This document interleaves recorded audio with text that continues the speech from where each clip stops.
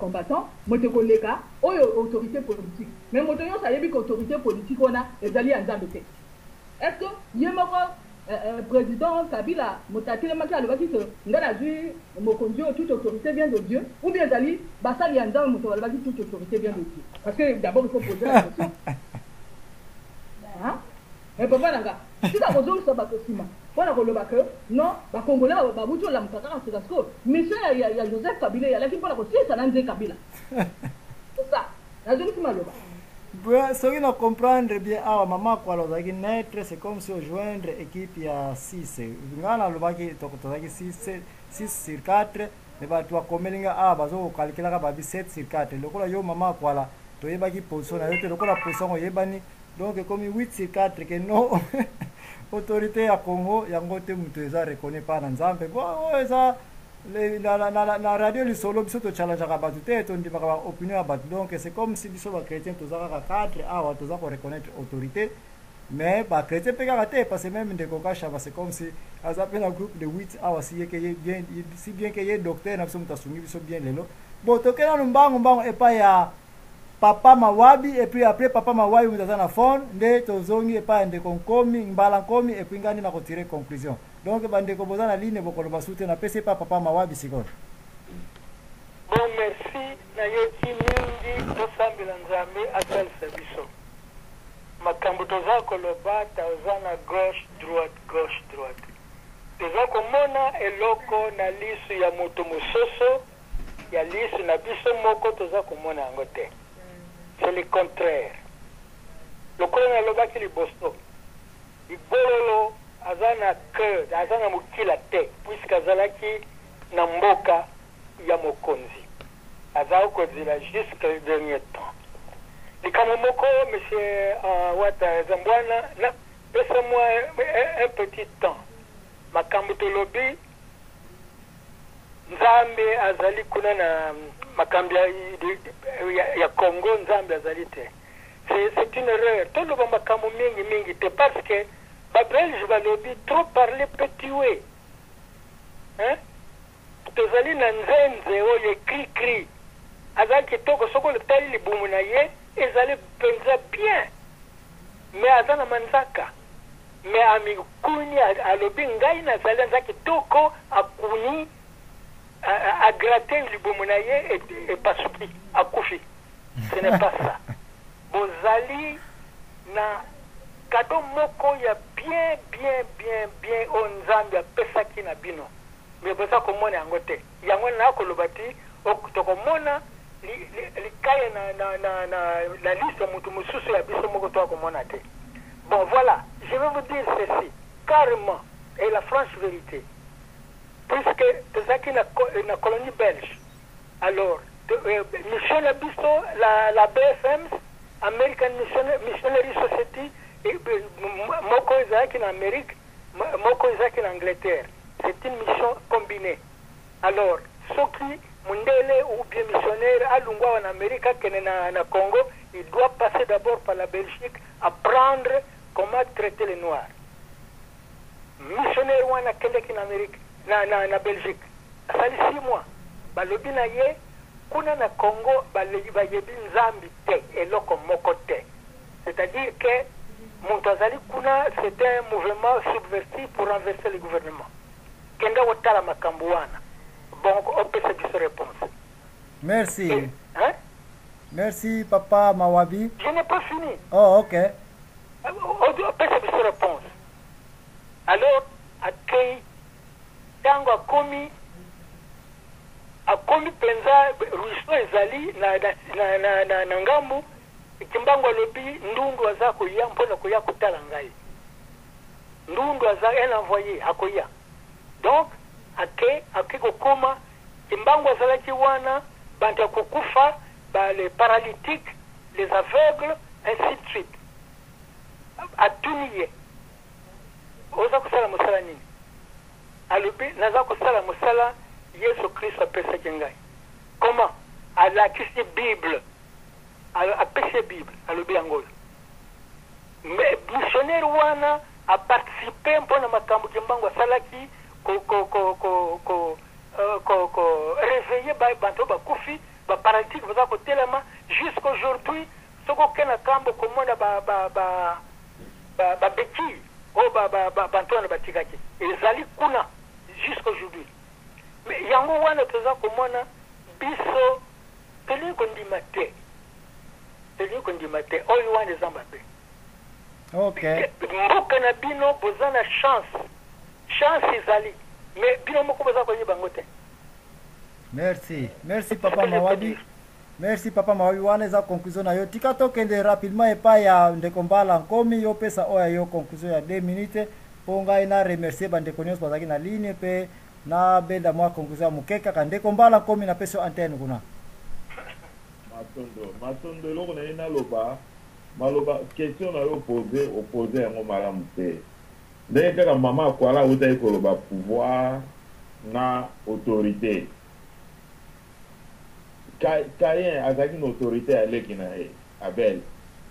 Kasi azaki na pouvoir na likolo ya Abel te. Kabila aza na pouvoir na Congo, na aza na autorité na batu nyonso te. Po neti nga na bi non na longwe na nga. Na longwe na ngai akangi ngai ta okende na nga nulle part. Alors na ozonga na oloba no boye. Makambo oyo zo compare yango te. Mokili eza ya Nzambe kasi batu na kati ya mokili neti baza bwana bazo otutsa batu mitu po babebisa oyo eza ya Nzambe. Nzambe ayebi parcours na yo ndenge yo otambola ayebi yango. Ayebi pepa ya kosukisa yo kosuka awa. Kosuka na otangu yo okokufa nde pai yo okoyeba nini oyo yo kozwa. Omoni pona koloba ete pouvoir eutaka na Nzambe neti Kabila wana eza lokuta. Soki tolobi bongo toloba Nzambe aza injuste. Eke Nzambe aza juste te. Et pourtant Nzambe aza juste. Parcours a mutu na banzela na ye nde babi mutu abebisi oyo ya Nzambe. Nzambe asali mokili na ye malamu, moto aye abebisi yango. Soki tokabolaki yango malamu ndenge ezalaki elingi kozala bien. Mpona nini lelo benga Congo? Est-ce que tant mondela yaki Congo ezalaki Congo eteni ya Congo yo to bengela Congo? Tango mondele nana yaki te Egypte ezalaki ndambo ya moko bakata wana. Pamba te bitumba kale ezalaki na effectif pa batu. Alors ba pharaon bazali ko coloniser monde kaka na ndambo eteni ya Egypte wana. Donc toye baka pe passer, il faut pas me dire que Bible. C'est ce que na Bible, na Deutéronome 13, 6 na 10. Babi moto soka yeli yo bonzambe ya yote. Bakoko no ya mote bazali ko sambela bamba e mabanga tia kufa bo benga bat. Soki to zongi na Jérémie 5:19. Balobi na Moïse eza lisolo ya na Moïse. Babi na Jérémie. Yebisa batu na yo so batu nyo pona ni to souffrir. Yebisa bango bapesi bonzambe na bango mu Congo bakomi kolando ba yebite ba oza ba serviteur a batu wana. Si e pa batango ba okende. Alors biso na Afrique na biso moko ba eko kosa biso nde ba kosi mbuta la biso zambwana akomi ko kosa biso protocole na Bible na boye epesi mobulu yango lelo to ana kate perdement o to zali kasi bokonzi uti na Nzambe te et plutôt pouvoir wane uti na Nzambe te po Nzambe aza injuste te. Nzambe aza pona koboma biso bongo te malgré tout liwa eza naturel. Soko za kotambola malamu. Na lobby malgré tout liwa eza naturel, Nzambe aza injuste te po aboma biso. Akoki ko récupérer mwana muke tout comme akoki ko récupérer mukolo. Ayebi ndenge nini akozongisa ye na mokili. Omoni mais koloba te pouvoir po babomaka bato basalaka bato non. Pona histoire ya Congo na uti koyebisa yo avant balkanisation ya Afrique esalema ezali boso occupation ya Afrique. Bayaki na ba mikanda oyo zo la référence pour bakotsa na Congo. Alors comment tu peux mikanda oyo zo la référence ozozo sango yango mutelati passe na Afrique yo zozo sango sur Afrique pour juger batu na mukanda wana. Eza lokola ngai na mwana mususu to bundi ngai na zobisi mwana batu juge osambisanga papa na nga to mama na nga yebisanga sikoyo na muta olonga question eza mobulu yango te. Congo et Afrique ekoti mobulu na mukanda wana Bible. Mais ba respecter mais ba norme ya makambo na bango ba komate ke muta ko yela muninga bonzambe te. Na Jérémie balobi mêmement. Mais comment sikoyo yo zo ya kosambisa ngai na ke no samba et pas ya mama adversaire nanga oya uti ko bomanga.